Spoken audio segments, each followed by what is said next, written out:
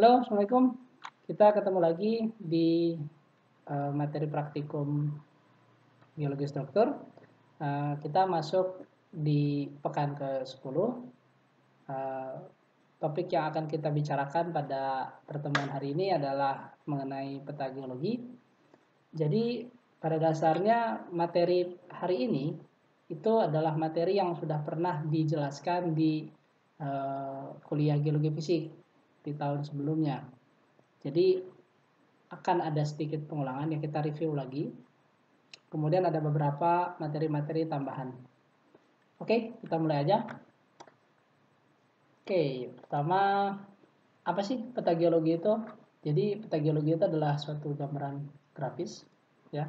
Kalau peta berarti dua dimensi yang menunjukkan lokasi, konfigurasi, orientasi, kedudukan satuan batuan. Jadi peta yang isinya informasi bagaimana distribusi dan bentuk dari batuan. Batuan ini nanti dibagi menjadi satuan-satuan yang dapat dibedakan antara satu dengan yang lainnya. Kemudian di peta tersebut, karena dia dua dimensi kan, sementara objek nyatanya adalah 3 dimensi, maka batas-batasnya ini maka kontak ya umumnya kita kan banyak bicara mengenai kontak. Nah, lapisan adalah strike tip itu adalah kontak antara lapisan 1 dan lapisan 2 dalam satu unit yang sama. Nah, jadi kontak-kontak batuan ini kita definisikan. Jadi bagaimana keadaan yang kita jumpai. Jadi ketika kontaknya jelas, ya kita tegas nih garisnya. Nah, kalau miring dia ada garis tegak lurus dari garis kontaknya dengan angka dipnya. Tapi kalau vertikal, ya kita buat tegak lurus seperti ini nih. Dan arahnya ke arah dua arah yang berlawanan. Ya. Kalau ini kan hanya satu, ke arah dia miring. Nah, sementara kalau vertikal dia miring ke kiri, miring ke sebelah kirinya, miring ke kanan bawahnya. Kemudian apabila diperkirakan, ya diinterpretasi sama dengan invert, approximate itu kan hal yang sama ya. Dia putus-putus. Apabila tertimbun, seperti misalkan tertimbun oleh longsoran atau tertimbun, saya pernah dulu bekerja di tambang batubara. Jika kontak batuannya itu tertimbun oleh dumping material, nah maka lokasinya tertimbun dia titik-titik ya, beda dengan putus-putus. Nah, jika kita ragu mengenai keberadaan kontak tersebut, ada sih yang mengindikasikan, tapi ya patut dipertanyakan. Nah, itu kita kasih tanda tanya, questionable contact. Nah, bagaimana batuan itu kontak dengan topografi, itu memberikan ekspresi-ekspresi yang spesifik.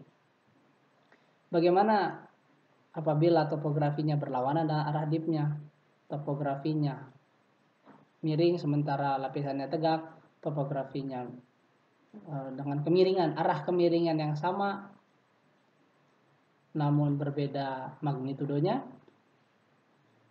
atau kasus kemiringan yang sama dengan arah kemiringan yang sama, begitu juga dengan besar kemiringannya, atau yang objek yang lebih landai dan seterusnya. Nah, cerminan bagaimana distribusi batuan di dalam suatu topografi yang spesifik itu dikenal dengan istilahnya hukum V. Nah, hukum V ini merupakan prinsip yang harus atau mutlak kalian pahami apabila kalian hendak memahami atau mempelajari atau mengambil informasi dari peta geologi. Sebenarnya ini adalah kalau menurut saya ini adalah salah satu heart dari struktur geologi. Oke, kemudiannya kita akan berurusan dengan yang namanya peta struktur bawah permukaan. Jadi kalau tadi kita bicara mengenai peta geologi, isinya adalah distribusi batuan, ya berkenaan dengan kontak, ya bagaimana. Nah, kalau ini kita bicara bentuknya nih. Jadi bayangkan kita sedang kita kemarin berurusan dengan suatu perlipatan. Perlipatan itu bentuknya melengkung kan? Ya, mungkin misalkan dome seperti ini nih. Misalkan dome seperti ini. Maka apabila batuan ini topografi. Ini topografinya. Kemudian di bawahnya sini ada batuan dengan bentuk seperti dome, seperti kubah ini. Apabila kita hendak menggambarkan bentuk lapisan ini, ya pasti kontur dome ini yang akan kita peroleh. Nah, kontur ini yang disebut dengan peta struktur bawah permukaan. Jadi bentuk batuan di bawah sana itu kita bisa digambarkan juga dengan kontur. Nah, pada prinsipnya menggambar kontur ini ya sebagaimana yang telah kalian pelajari juga di pertemuan-pertemuan awal praktikum geologi fisik. Jadi ceritanya kita punya beberapa titik pengeboran. Di titik pengeboran itu tekan di sini misalkan titik top dari suatu lapisan, ya top dari suatu lapisan di sumur A, B, C dan seterusnya. Ini elevasinya nih. Nah, berarti apabila kita buat surface, kita buat kontur dari titik-titik ini, maka kontur ini mencerminkan bentuk dari struktur atau bentuk dari lapisan batuan yang kita bicarakan. Nah, kalau tadi kita bicara suatu lapisan yang kontinu, sekarang bagaimana jika ada sebuah sesar? Nah, menariknya sebuah sesar ini kan akan sesar ini sebuah diskontinuitas. Dan bagaimana diskontinuitas ini berlaku, dia bisa misalnya kalau sesar naik berarti kalau bidangnya katakanlah bidangnya miring seperti ini ya. Berarti kalau sesar naik maka akan ada lapisan bagian yang ujung yang jari telunjuk saya ini akan berhimpit dengan lapisan yang bawahnya. Sementara apabila sesarnya turun, maka akan ada celah antara dua bidang nih. Yang celah ini bukan lapisan ini. Ya celah saja, bukan berarti tidak ada benda. Itu bagian internal dari lapisan ini bisa saja.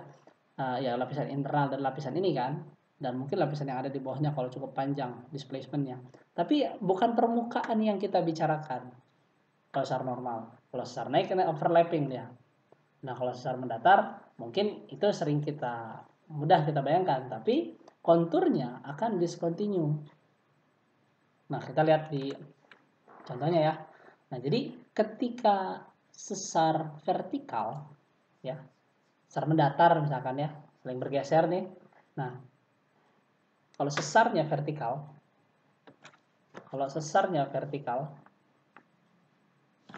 ya kalau sesarnya vertikal, ya nanti akan saling bergeser kan, bentuk sesarnya vertikal. Nah, kalau sesarnya normal, dia akan memberikan gap, memberikan celah. Ini turun. Celah. Kalau dasar naik, dia akan memberikan overlapping. Seperti itu. Nah, ini ada gambaran kalau perlipatan dan sesar pada perlipatan. Ya bentuknya nanti bidang sesarnya akan ya melengkung. Kenapa? Karena perlipatan dipotong oleh ini nanti kita akan lihat sebuah garis lengkung. Seperti virulnya. Nah, ini ilustrasi penambang ya. Yang lihatnya yang kuning, dia akan saling bertumpuk kan. Yang bagian sini. Nah,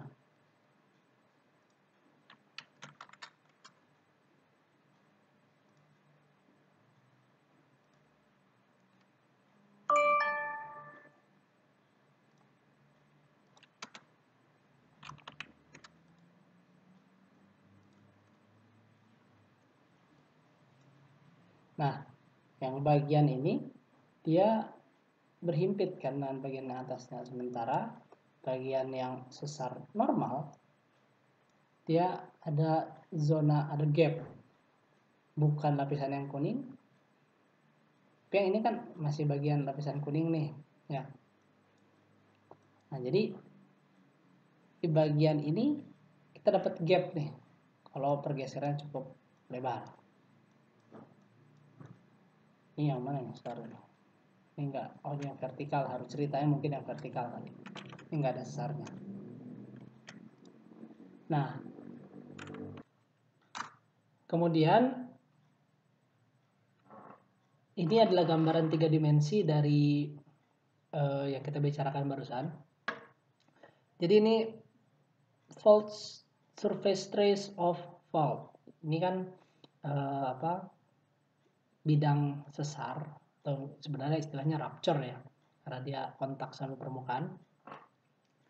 Rupture ini di permukaan, namun di bawah permukaan apabila kita fokus pengamatan pada lapisan ini, ya akan ada fault gap di bawah permukaan. Tapi ini gambar ini hanya ilustrasi ya, jadi jangan menggambar, nggak perlu kita menggambarkan garis surface trace-nya atau garis rupture-nya, karena orang udah jelas kita fokusnya adalah lapisan ini, ya sudah kita bicara mengenai lapisan ini gitu, nggak usah kita gambarkan ini kecuali memang ada maksud tertentu. Jadi secara umum nggak perlu digambarkan. Lalu berikutnya ada yang dikenal sebagai kontur garis bentuk atau form line contour. Nah, form line contour ini jadi kayak semacam kontur yang menggambarkan, sama seperti kontur, menggambarkan bentuk. Namun kontur ini menggambarkan sudut. Jadi untuk menggambarkannya kita menggunakan persamaan ini. Oke. Nah, ini adalah contoh bagaimana penggambaran dari form line contour. Jadi spasi antar, jadi yang kita cari ini adalah spasi antar kontur, ya. Jadi ini contoh kasus. Jadi kan bentuk dari perlipatan atau anggap ya kubah ya atau dome yang kita bicarakan ini bentuknya dia nggak uniform. Di bagian sini lebih terjal dan di bagian kirinya lebih terjal, di kanannya lebih landai. Maka form atau bentuk dari kubah ini kan akan sangat dicerminkan oleh garis-garis yang membentuk ini nih. Nah, sama halnya seperti kontur. Jadi jika kita tidak memiliki informasi jadi kalau tadi kan kita bicara dengan input datanya adalah kedalaman ya, elevasi. Sekarang kita berbicara dengan menggunakan data kedudukan. Nah,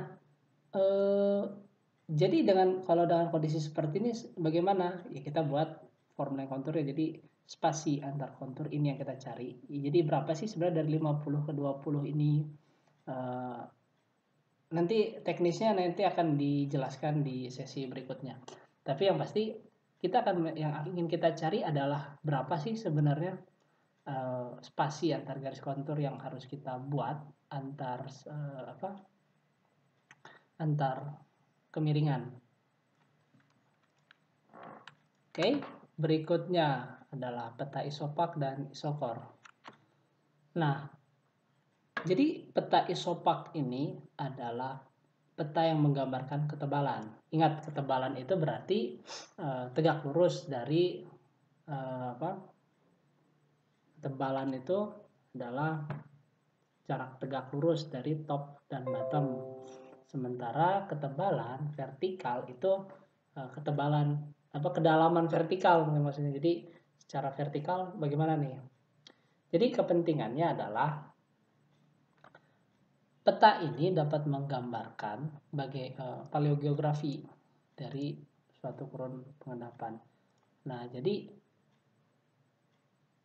kita punya peta top lapisan, kita punya peta bottom lapisan. Nah, kita bisa buat nih peta isopak ini. Jadi pada satu titik, ketebalannya berapa, nanti sama seperti peta kontur. Nah, yang satu ketebalan secara tegak lurus, yang satu lagi tebalan vertikal. Jadi gunanya itu adalah untuk paleogeografi. Jadi kalau misalkan dalam eksplorasi, yang pernah saya lakukan adalah eksplorasi migas.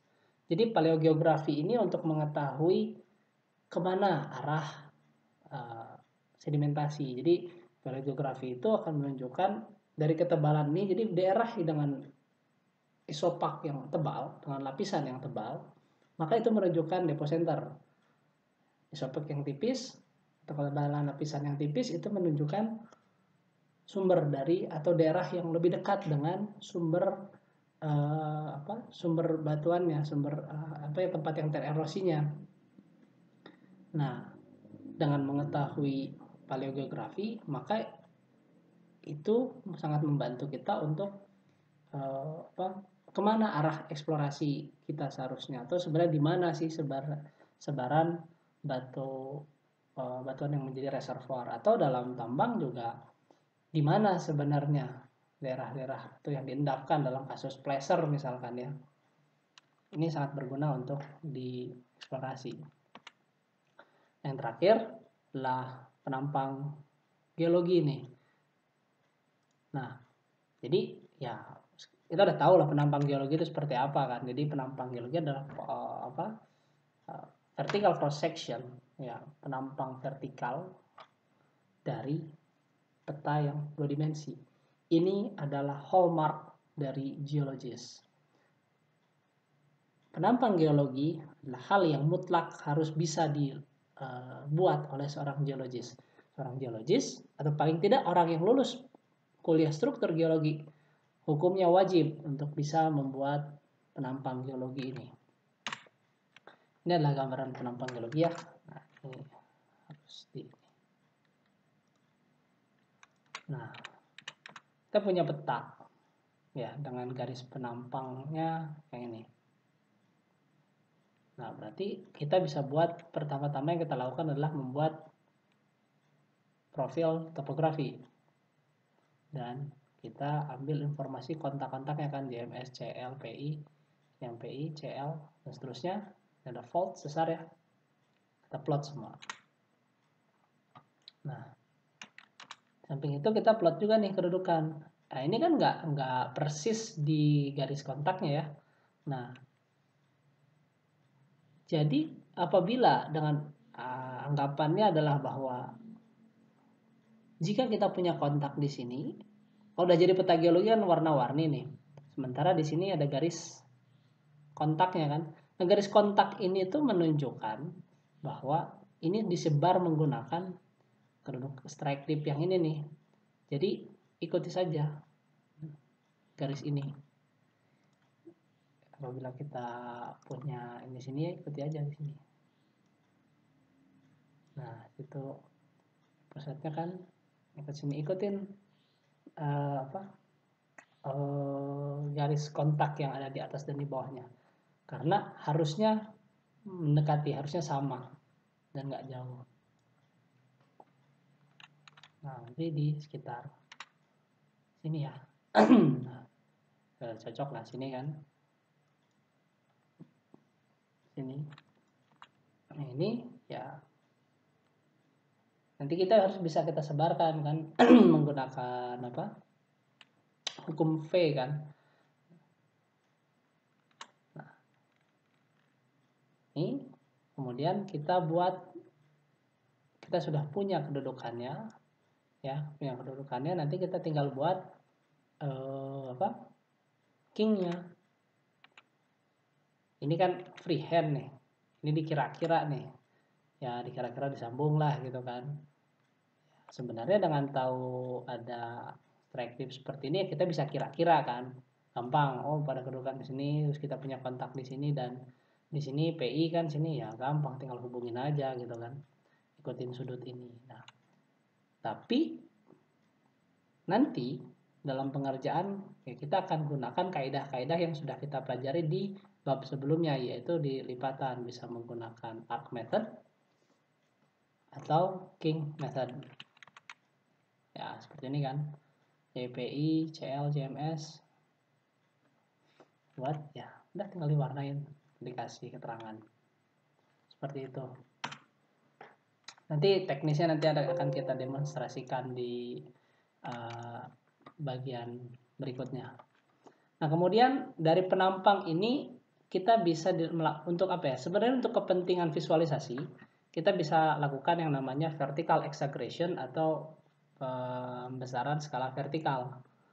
Nah, jadi sebenarnya kalau zaman dulu sebelum ada komputer graphics ya,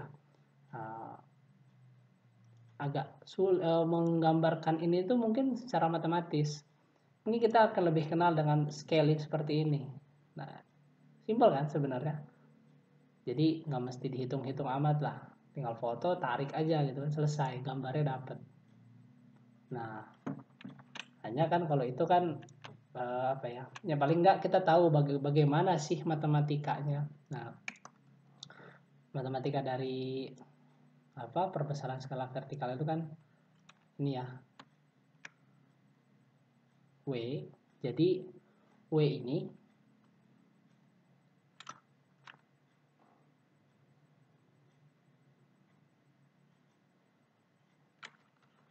kan kita punya hubungan. Jadi skala vertikal ini berarti yang berubah itu adalah panjang D kan. Sementara W-nya ini sama. Nah, W dalam segitiga ini dia dalam sistem tangan punya hubungan tangan depan samping kan. Tangan D per W kan. Nah, kalau W berarti D per tan gamma ini ya. Nah, ini juga sama kan. W adalah VD per tangan theta aksen. Nah, maka theta aksen sama dengan V kali tangan theta aksen. Nah, ini V ini adalah faktor perbesaran vertikalnya. Seperti itu ya. Jadi dengan terdilakukan perbesaran vertikal itu akan merubah besar kemiringannya kan. Ya, pada intinya perubahan pada sumbu Y. Nah, perbesaran vertikal ini juga ada grafiknya untuk mempermudah ya. Jadi untuk misalkan ini dip inputnya berapa? Dari dip 40. Nah, jika dilakukan vertikal ralat. Jadi jika kita punya dip 10 dengan vertikal eksagerasi 5, maka di garis 10 ini kita tarik di yang 5 kan. Nah, dapat perpotongan di sini. Nah, perpotongan di sini kita tarik garis vertikal ke bawah. Nah, jatuh di sekitar 42 ya.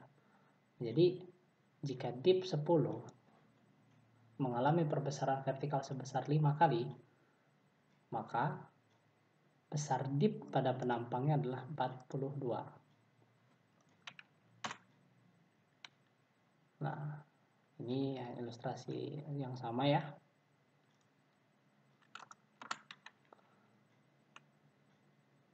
Ini kalau kebalik. Jadi jika kita punya dip sebesar 30. Jadi ini kalau ini kita tadi dipnya, sekarang kita bicara mengenai ketebalannya. Jadi jika kita punya dip sebesar 30 dengan vertikal eksagerasi sebesar 3 kali ya. Dip 30 eksagerasi vertikalnya 3, maka ketebalannya akan berubah sebesar 1,75 ketebalan dari lapisan yang kita bicarakan. Oke, sampai sini. Oke, ini adalah kemiringan semu ya. Nah, untuk kemiringan semu, jadi ketika kita membuat penampang,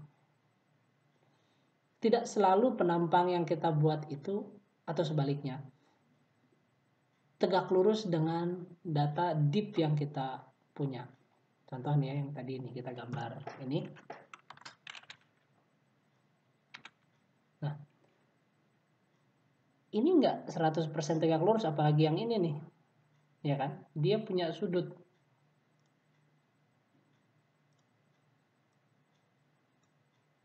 Dia punya sudut kan? Artinya besar kemiringan yang akan ditampilkan pada penampang adalah apparent dip atau dip yang tidak sebenarnya. Begitu juga halnya dengan ini. Nah, pertanyaannya, berapa besar dip yang harus kita pasang di dalam penampang? Nah, itu bisa kita jawab dengan menghitung kemiringan semu dari dip yang sebenarnya. Nah, ada tidak perlu menggunakan teknik yang ortografi yang pernah dibahas di minggu 3 ya. Nah, sebenarnya ada rumusnya. Nah, tangan alfa aksen sama dengan tangan alfa kali cos theta. Nah, paling gampang pakai Excel aja rumusnya.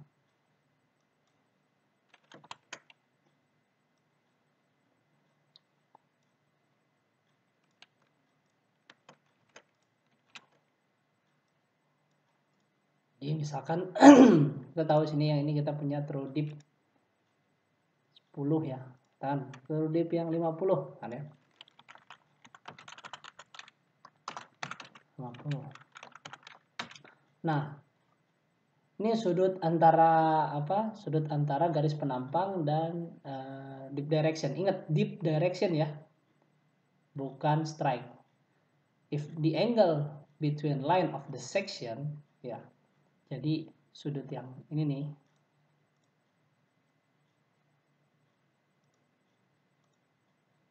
Mana ini?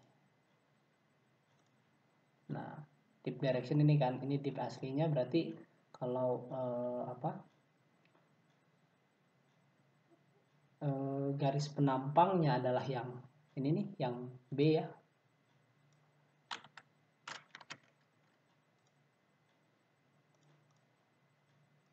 Ini kan ceritanya lapisannya yang yang hijau. Nah, kalau garis penampang yang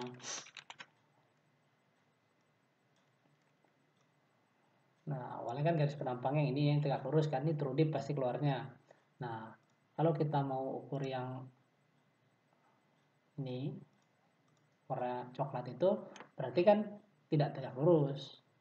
Nah, maka kita hitung sudut. Kalau yang normal kan 90 derajat nih.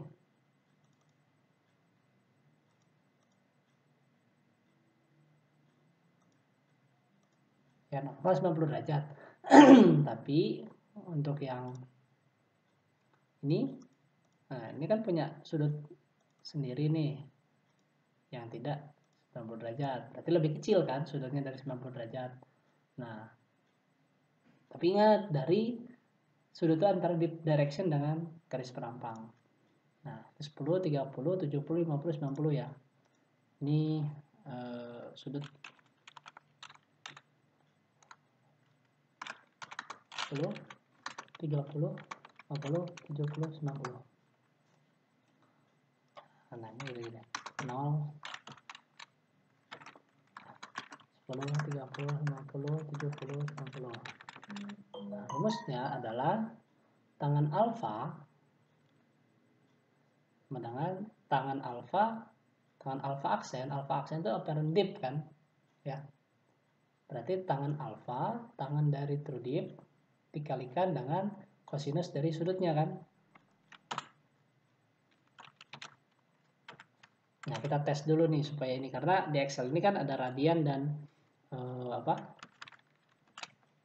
ada radian dan degree nih. Nah, kita tahu kalau cos kalau 90 derajat cos dari 90 derajat itu 1 harusnya kan. Nah, tapi dia keluarnya segini. Berarti 90 derajatnya ya, cos 90, berarti 90 derajat ini harus kita rubah jadi radian dari 90 sama dengan rad 90 sekian sama dengan cos dari rad 90 ya, cos dari sini salah ya, sebentar cosinus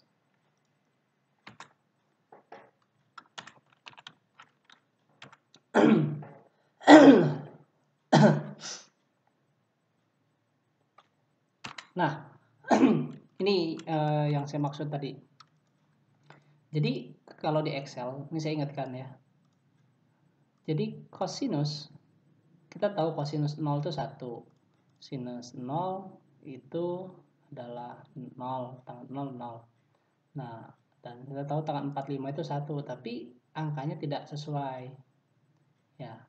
Jadi dalam Excel ini fungsi trigonometri ini bekerja jika kita konversi dulu sudut yang dalam bentuk angka ini ke dalam bentuk radian. Caranya ya, radian dari sudutnya kan. Jadi sudut dip ini nanti kita konversi dulu ke radian. Barusan kita bisa pakai rumusnya tuh. Nah, kalau kita konversi, lihat cos, kita tahu cos 90 itu mendekati 0 kan, 0 ya, minus 10 pangkat minus 17, ini kecil kan ya, kecil sekali. Nah ya mulai naik nih. Nah ini jadi kalau kalian plot pakai yang radian ya, nih bisa kita lihat nih, kalau kita pakai yang data yang dari radian dia lebih mencerminkan kan, 0 ke 1, 1 ke 0 dan seterusnya gitu. Ya, tapi kalau pakai yang langsung angka sudut ini nggak karuan, salah tuh. Oke, nanti kita coba ya, buktiin. Pertama, tangan alfa, tangan dari serudip ya, tangan dari, kita konversi dulu kan sudutnya jadi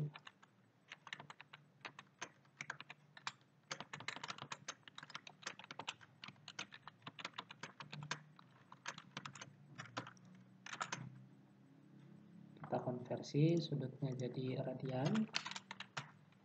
Ini nah rad 3.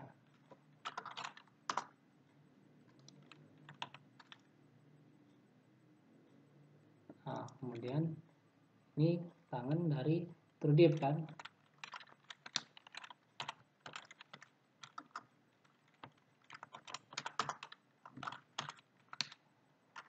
dari nih.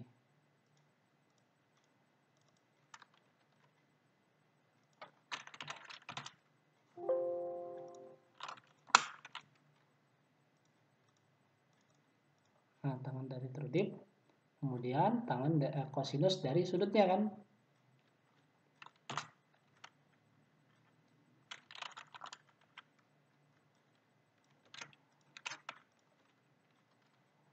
Ganti radian, sinus dari radian itu kan. Nah, ini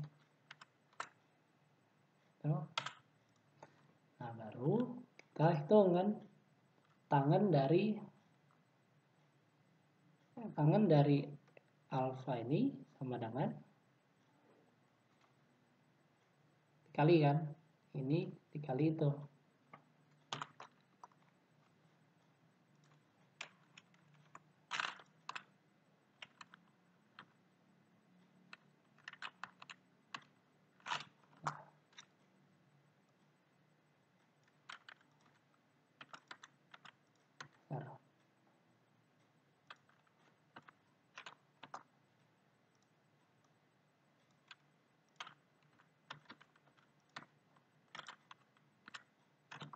ini.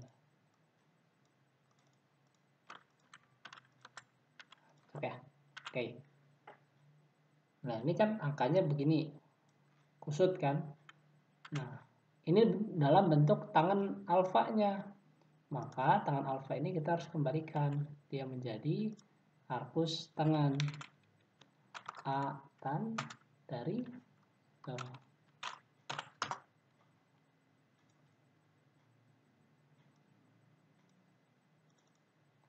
Nah, ini sudutnya. Tapi dalam radian. Kita buat terubah dia jadi degree.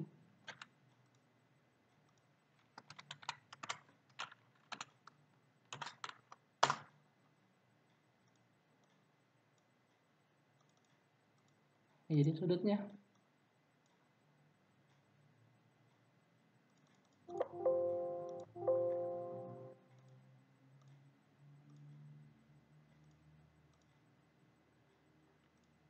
Yuk, mari kita buktiin.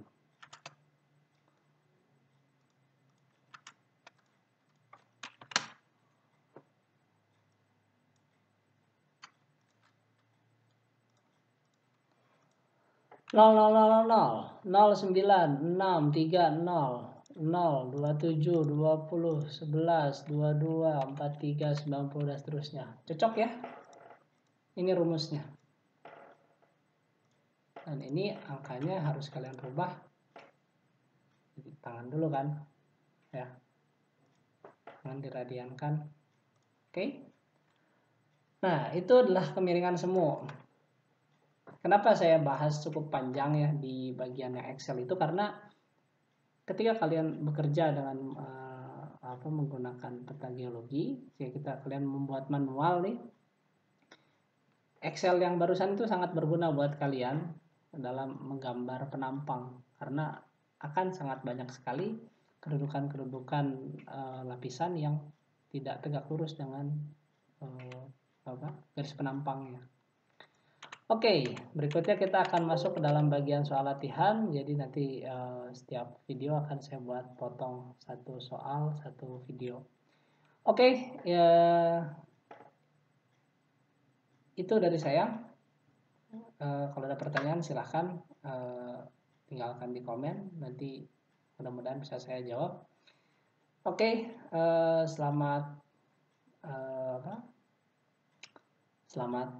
menonton. Terima kasih atas perhatiannya. Assalamualaikum warahmatullahi wabarakatuh.